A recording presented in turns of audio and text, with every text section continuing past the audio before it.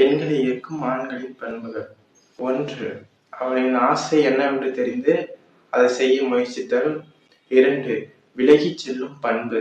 அவளுக்கு பிடிக்கவில்லை என்றால் விலகிச் செல்ல விரும்பும் மனிதனாக இருத்தல். 3. எல்லைகளை அமைத்தல். நீ லவ் பண்றதுக்காக நீ என்ன வேணா செய்யணும், எதை வேணா செய்யணும், நான் சொல்றதெல்லாம் கேட்கணும் அப்படின்லாம் இல்லாம ஒரு லிமிட்டோட இருக்கிறது, லிமிட்டோட பழகிறது, ஒரு எல்லைகளை அமைச்சுக்கிறது. 4.